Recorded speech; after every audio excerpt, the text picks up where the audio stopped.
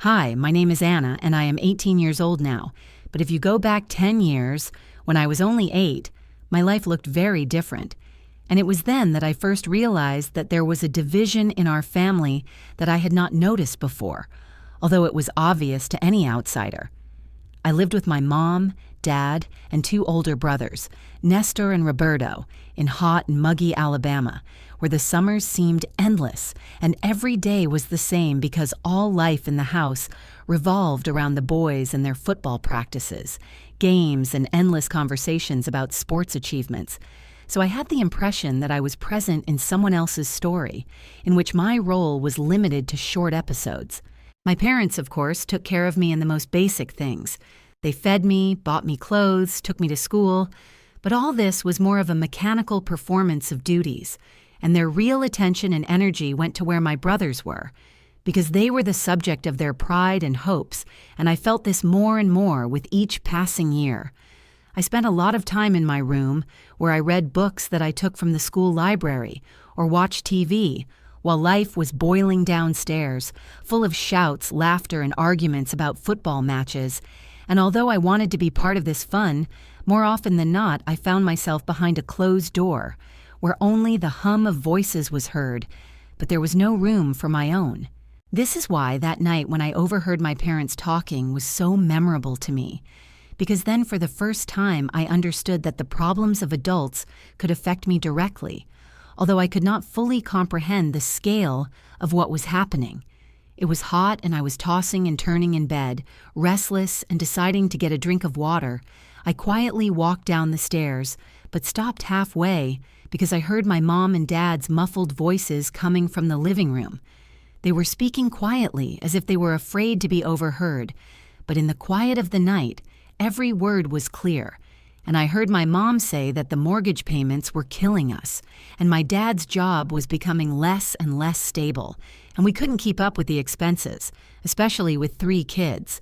My dad, sounding tense and tired, admitted that it was too hard right now, and even mentioned that it would be impossible to pay for college for all 3 of us, so we needed to find a way. At first I didn't understand where this conversation was going, but when my mother suggested that we remember Sophia, his sister, who lived in a big house in Arkansas after the divorce, something inside me trembled, because for the first time I heard my name in the context of decisions related to adult difficulties, and although they did not say anything directly, the intonations, pauses, and the very atmosphere of the conversation made me feel anxious, although at 8 years old I still did not know how to name her. I never knew Aunt Sophia. They almost never talked about her, and only from the rare mentions of Dad did I know that she lived far away and worked in some large company. And now it suddenly turned out that her big house and loneliness could become part of my destiny. I went back into the room, trying not to make a sound, and lay there for a long time with my eyes open, staring at the ceiling, trying to convince myself that the adults were just worrying about bills and that it had nothing to do with me, because children at that age do not really know how to understand the hidden meanings in their parents' conversations. A month passed, and school was out for the summer. I was looking forward to the vacation and imagining that maybe we would finally have time for something fun with the whole family. But my hopes were dashed when my parents announced that we were going to Arkansas to visit Sophia. My brothers were staying home because they had football camp, and I felt unfair because they were always the ones getting all the breaks. But at the same time, a strange excitement arose in me, because I still wanted to see this mysterious woman, about whom I had heard so little, and to visit a new place, far from the familiar streets of Alabama. The trip seemed endless to me. A long road, hot air, rare stops at gas stations, and my desire to quickly find out what was waiting ahead, mixed with fatigue and a feeling that this trip would change something important, although I did not yet know what exactly. And so, when we finally reached Arkansas and the car turned towards Sophia's large house, I was speechless from what I saw. In front of me towered a huge building with white columns and a wide courtyard, like a frame from a movie I had seen on TV, and I suddenly realized that I had never been to such a place before, and that this was where I was destined to spend part of my life. although I did not yet understand how exactly this would happen and what role this woman would play in my destiny. Aunt Sophia came out to meet us, and she was not at all what I expected. Taller than my dad, with a thin, straight posture that immediately gave her away as a woman accustomed to managing herself and others. With her gray hair neatly gathered in a bun, which did not make her look old, but rather gave her that confident solidity that commands respect. She was wearing a starched white blouse and strict dark trousers, as if she really was not going to meet her niece, but to go straight from the porch to an important meeting, and it was this restrained strictness that made me shrink in the first seconds. But then she looked at me with her surprisingly cold blue eyes, said, "So, this is Anna," and smiled, and her face was transformed, as if the sharp lines were smoothed out. The corners of her lips turned up, and warmth appeared in her gaze, so sincere that for the first time I felt that someone was seeing me, and not an accidental detail of the situation. "Hello, dear. I've been waiting so long to meet you," she said softly, and there was something in her voice that made me want to trust her, although at the same time I didn't quite understand why I had to be with her now. Dad and Mom came into the house with my suitcases, and we all found ourselves in the living room, so spacious and expensive that I was afraid to accidentally touch something and spoil it.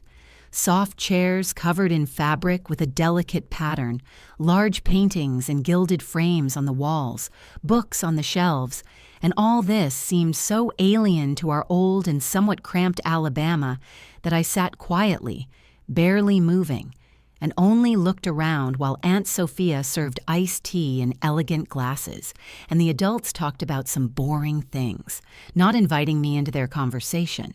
An hour later, Dad suddenly stood up and said that they had to go because it was a long way back, and I was happy because I thought we were leaving together. So I jumped up and said, "Okay, let me take my things."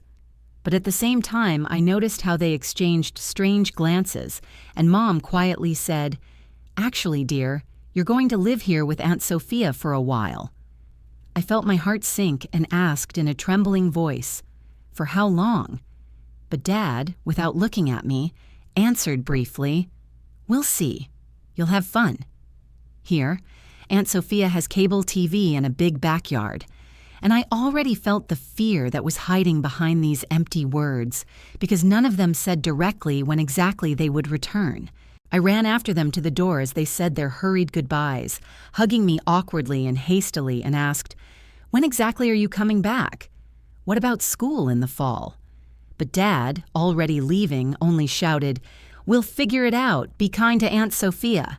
And in those moments I felt abandoned for the first time, because the door slammed too quickly and their car moved off down the long driveway from the house, and I stood on the threshold looking after them. And most of all, I felt not fear, but some kind of stunning confusion. Aunt Sophia put her hand on my shoulder and said calmly, as if nothing unusual had happened, "Come on, dear, I'll show you your room." And I, unable to resist, followed her down the long hallway to a room that turned out to be larger than my previous one. A huge four-poster bed, its own bathroom, floor-to-ceiling windows that looked out onto the garden with a swimming pool and a green, well-kept lawn. And I should have been delighted, but at that moment, I felt more lost than happy. "That's very nice," I murmured, and she smiled. "I'm glad you liked it. Tomorrow we'll go shopping so you'll feel at home." The first week was really easy.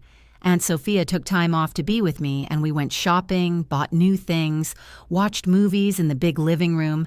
She taught me how to use her computer, asked me about school, my friends, my interests, and all the time she listened attentively, asked questions, and it was so new to me that I even began to forget that my parents weren't calling, because she filled my days with the attention and care that I always lacked. But time went by, and the longer they were silent, the more I missed them. Home in Alabama, my brothers, even those rare moments when my mother would fix my hair before school, and every night I would ask, "Aunt Sophia, have they called?" And she would always answer the same thing, "Not yet, dear, but I'm sure they will soon." And I believed, because I had to believe. A month passed and the end of summer was looming. School was about to start in Alabama and I couldn't take it anymore. I told her straight out, "Aunt Sophia, I have to go home soon. School starts in 2 weeks." And she put her coffee cup on the table, looked at me seriously without a smile, and said, "Anna, we need to talk." I tried to interrupt her by asking, "Are Mom and Dad coming to get me soon?" But I already knew inside that the answer would not be what I wanted. She took a deep breath and said, "No, honey, they are not coming back. Your parents decided that they can no longer take care of you. They officially gave up their parental rights, and I adopted you, which means that I am now your legal guardian and you will live with me permanently." The words didn't make sense. They were legally correct, but in my head, they didn't make sense. I waited for her to laugh, to say she was joking, that there had been a mistake, but she just sat there with a sad but determined expression on her face. And then I burst into tears, because the world I knew had collapsed, even if it hadn't been perfect, even if my parents had rarely paid attention to me. They were still mine, and the thought of them giving me away just like that seemed unbearable. What about Nestor and Roberto? Did they give them away too? I asked through my tears, my heart beating so hard it felt like it was going to jump out of my chest, because my only hope was to hear that my brothers were here too, and that we could be together.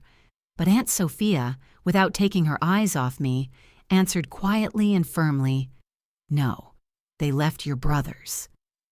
These words pierced me the most, because it meant that my parents had made a choice, and this choice was not in my favor, which meant that I was superfluous, unnecessary, unworthy of remaining a part of their lives.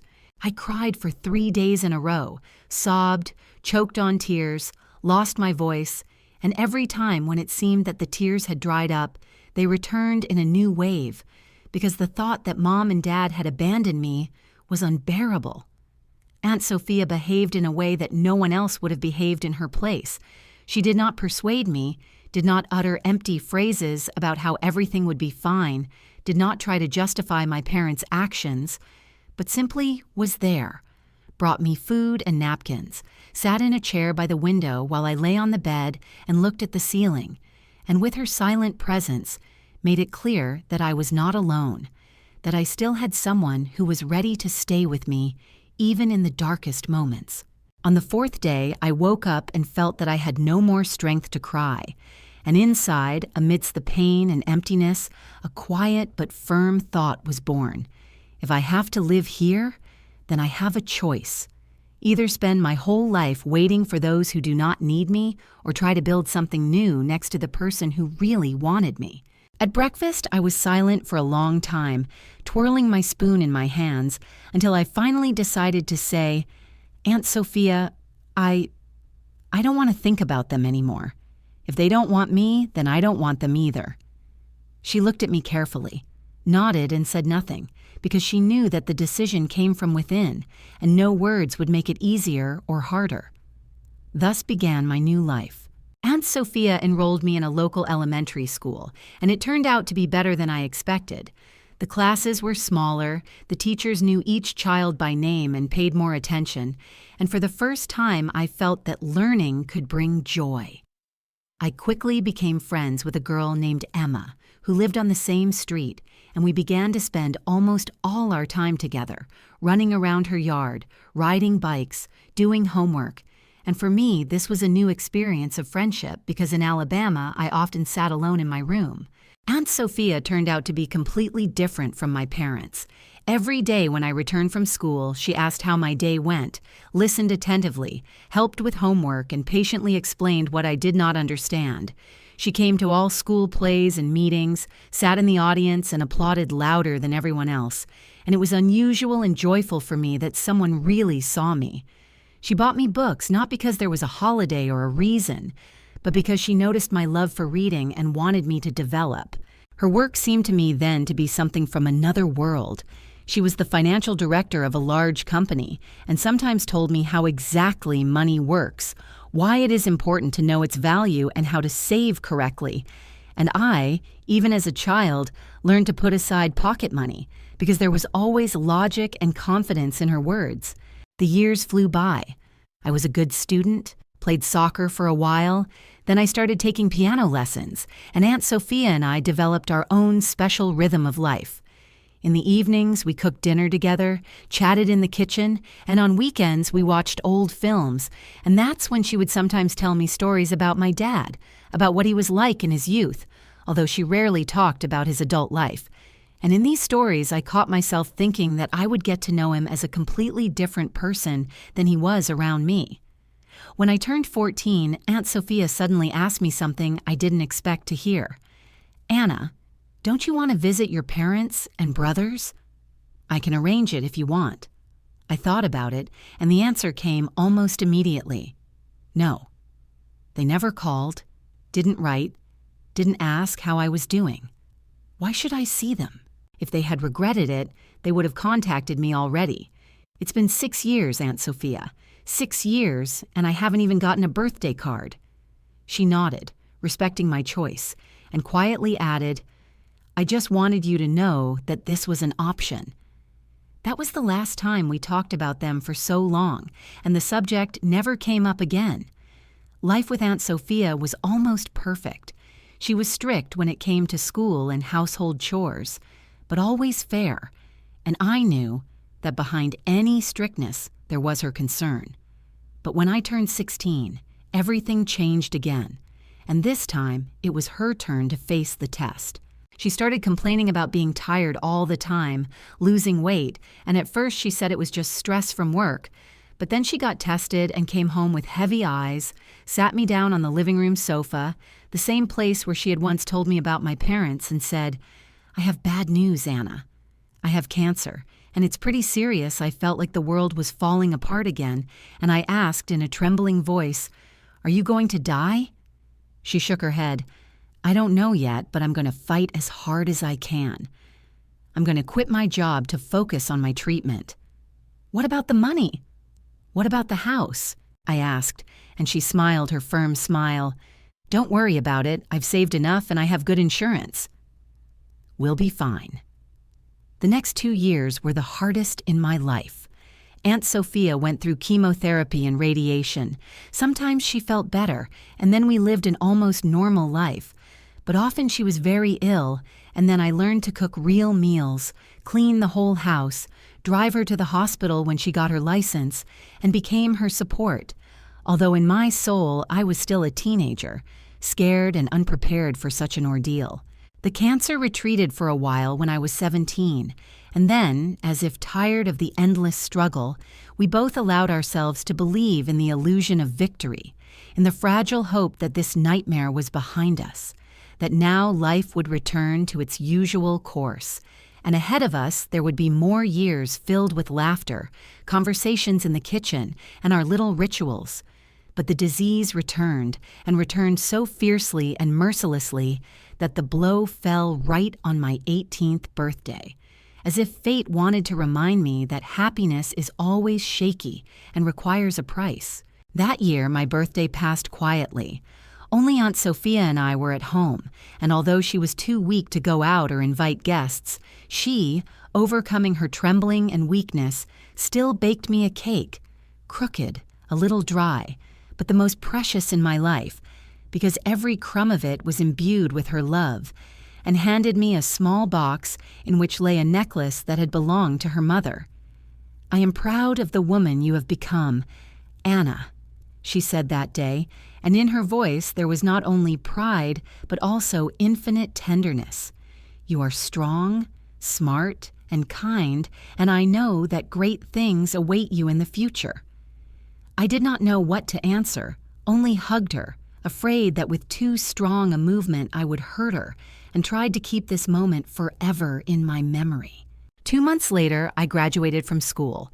Aunt Sophia was already in the hospital by then and couldn't come to the ceremony, and then Emma's mother, knowing how important it was for both of them us, filmed everything, and in the evening we arranged a video call, and Aunt, smiling weakly through transparent tears, watched me walk across the stage and receive my diploma.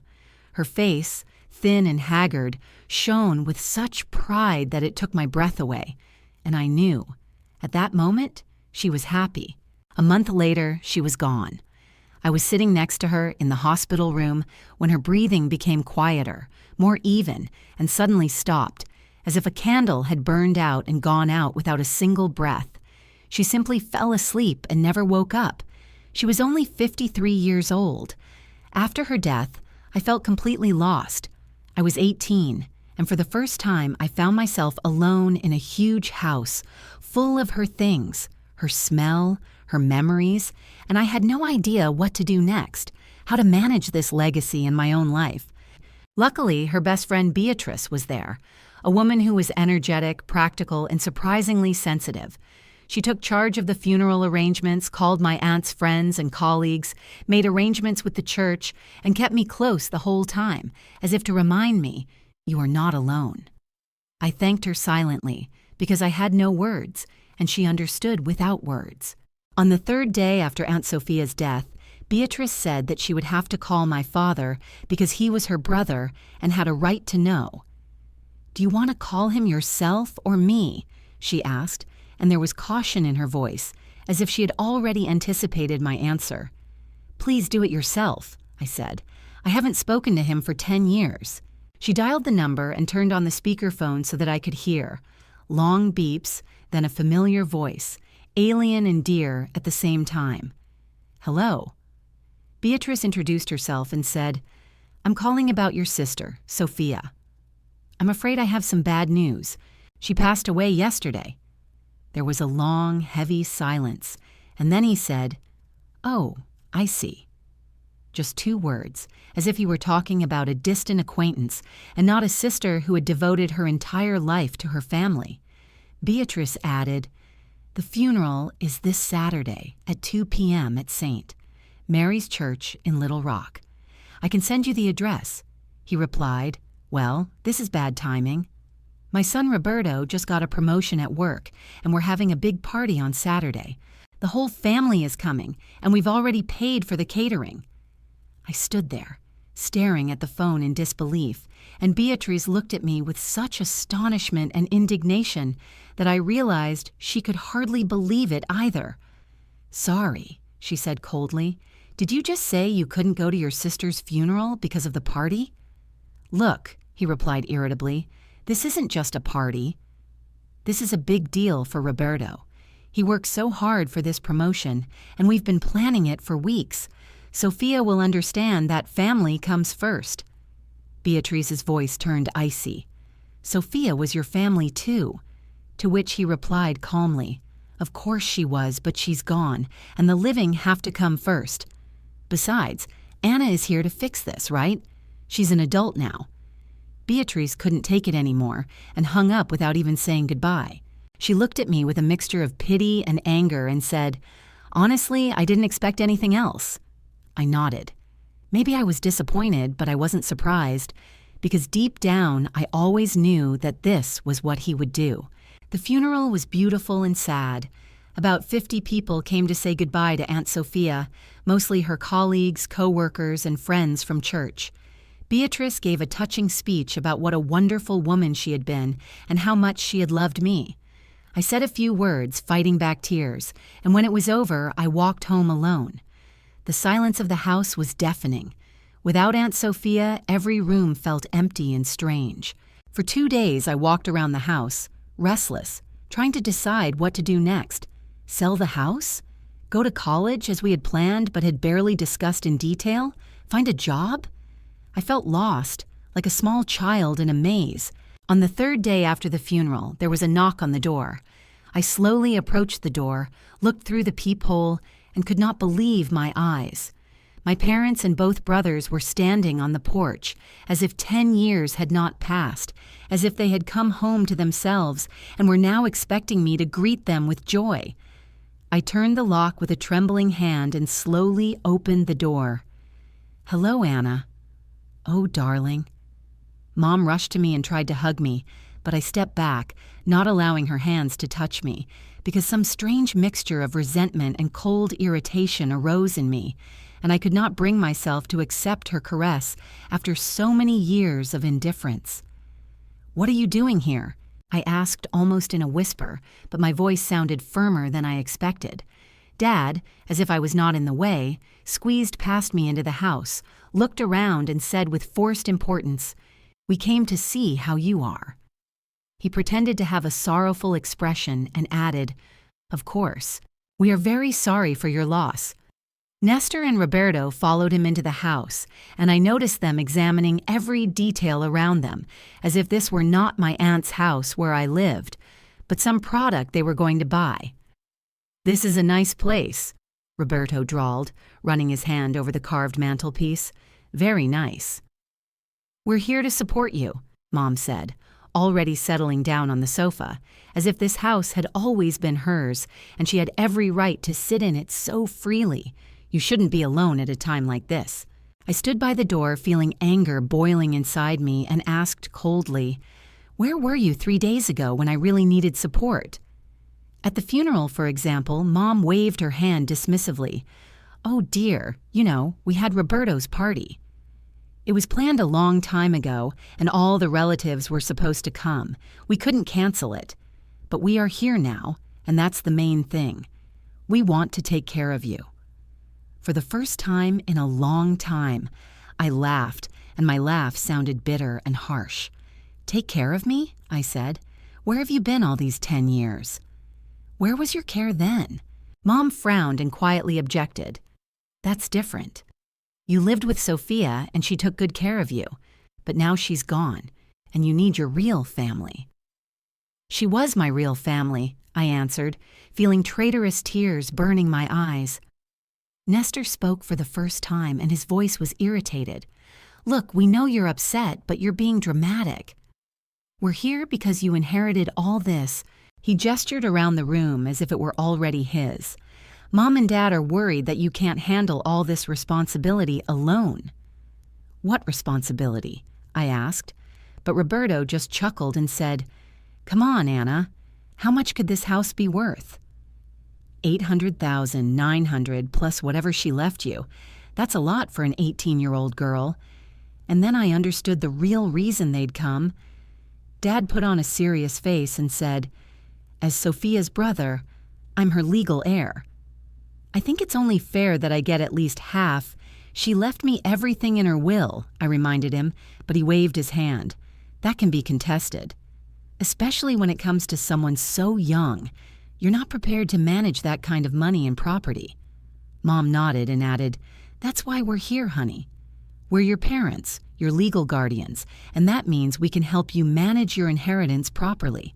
They were all looking at me with that strange mixture of false concern and poorly concealed greed, and I could tell they were sure they had me cornered and that I would have to agree. "Go away," I said quietly, but my voice was firm. "Right now." "Anna, don't be silly." Mom sat up straighter. "We're not leaving. We need you, and you need us."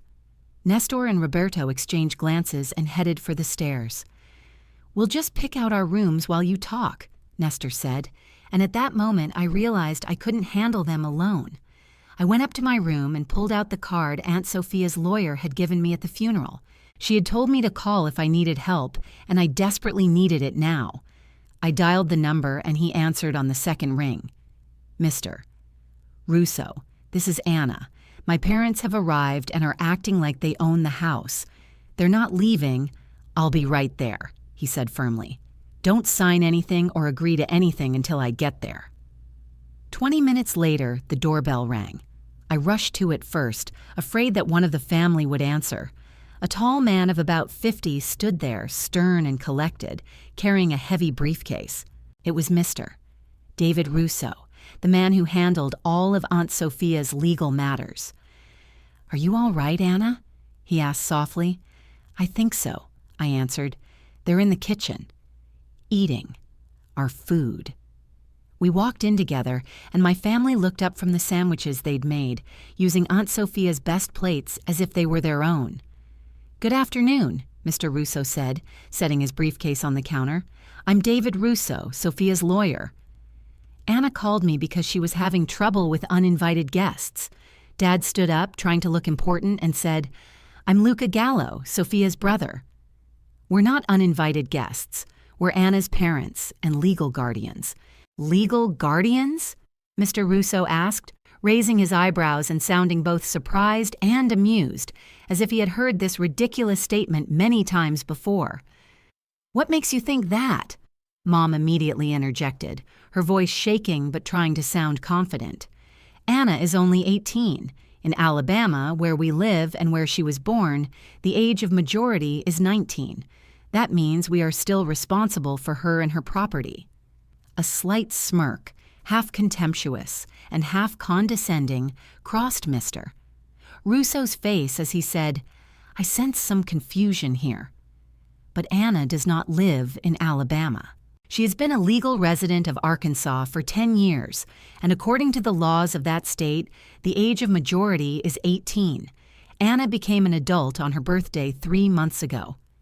He opened his briefcase and pulled out neatly folded documents, placed them on the table for all to see, and continued. "Moreover, legal custody of Anna passed to Sophia 10 years ago, when you yourself renounced your parental rights. Even if Anna were a minor and she is now an adult, you would still have no legal authority over her." Nestor frowned, his confidence visibly wavering, and muttered, "But she is still our sister." "Biologically, yes," Russo replied coldly. "Legally, no." "Sophia has fully adopted Anna. You have no more legal relationship with her than any other person on the street." Roberto's face turned red with anger, and he suddenly leaned forward and shouted, "This is nonsense!" "What about the inheritance? Father is her brother. He should get something." Mr. Russo calmly pulled out another document, opened it, and said, "Sophia's will is very clear and legally binding. She left all of her property to Anna. This includes this house, all financial assets, and personal property. The total value is approximately $3 million. The room fell silent so deep you could have heard a pin drop. My parents and brothers looked at him, speechless, their mouths half open, their faces frozen in mute astonishment. My father's face turned purple, and he finally cried out, "It's not fair! I'm her brother. Family should take care of family."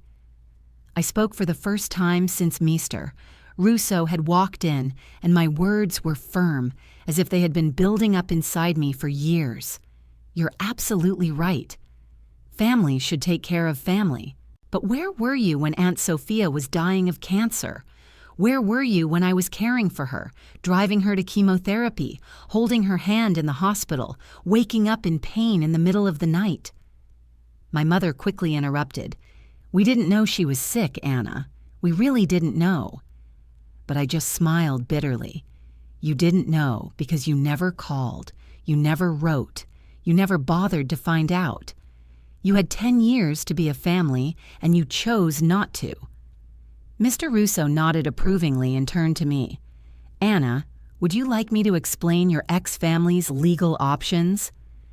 "Please explain," I replied.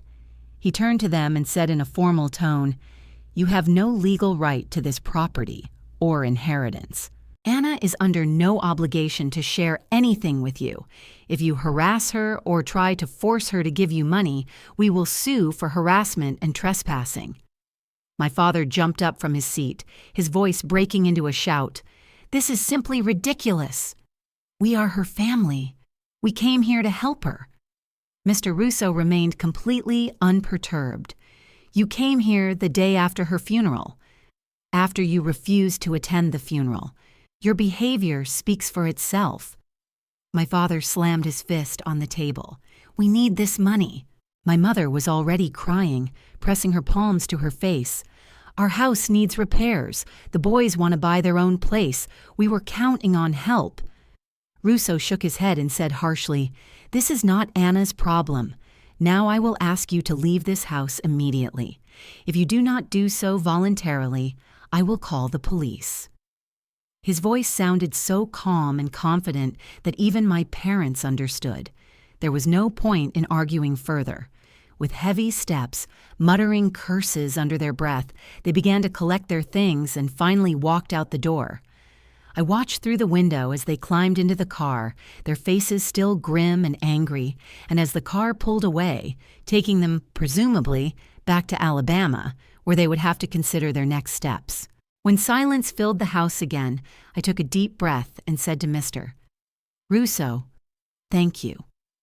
He looked at me seriously and said softly, "You're welcome, Anna. But I'm afraid this isn't the end. People often despair when they think big money is involved." He was right. Over the next month, they kept calling, and the calls were a painful reminder that the past doesn't always go away quietly and without a trace, but comes back in the most unpleasant forms, as if trying to rob you of your peace and confidence in the future. The number changed every time, and I realized that they were either using different phones or calling from friends' houses just to get around my attempts to block them from accessing me, which only increased the feeling of intrusion and pressure.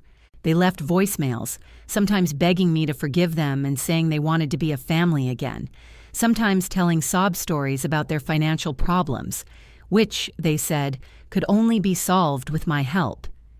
Nestor called to say that he and his girlfriend wanted to get married, but they couldn't afford their own house, and his voice sounded like a mixture of self-pity and an expectation that I, with the money, was obligated to help. Roberto called too, saying he needed money to invest in his business, and he spoke as if it was an obligation rather than a favor, as if he saw me not as a sister, but as a source of capital. My mother called most often, her voice shaking, crying, complaining about how guilty she felt, and repeating that they had made a mistake in abandoning me, trying to elicit sympathy and a sense of duty from me. I saved all the voicemails and text messages as Mr. Russo had sternly instructed me to do, and although I sometimes felt like deleting them, I knew that the evidence was more important than my emotions. A month later, Mr. Russo had enough material to send them a formal cease and desist letter, and his words were stern and direct. If they contacted me again, we would sue for a permanent restraining order. And finally, it worked.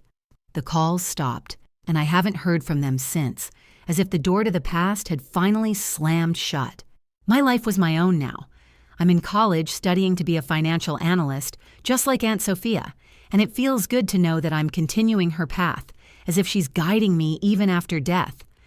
I live in her house, which has gradually become my home, and every corner, every picture on the wall reminds me of her care, and of the fact that it was she who gave me a chance at a new life. I haven't touched the money from the inheritance, except for college and necessary living expenses, because Aunt Sophia taught me to be smart with money, and I'm not going to fritter away what she left me. Sometimes people ask me if I feel guilty about not sharing my inheritance with my biological family, but my answer is always the same: no. They made their choice 10 years ago when they decided I wasn't worthy of their care and their home. Aunt Sophia made her choice too when she took me in, loved me, and gave me a real home, and that choice has shaped my life forever. I think of her every day, and I know that she was my real family and I was hers. She taught me a simple but important rule. Family isn't just about blood relatives. It's about the people who decide to love you and stick by you when everything falls apart.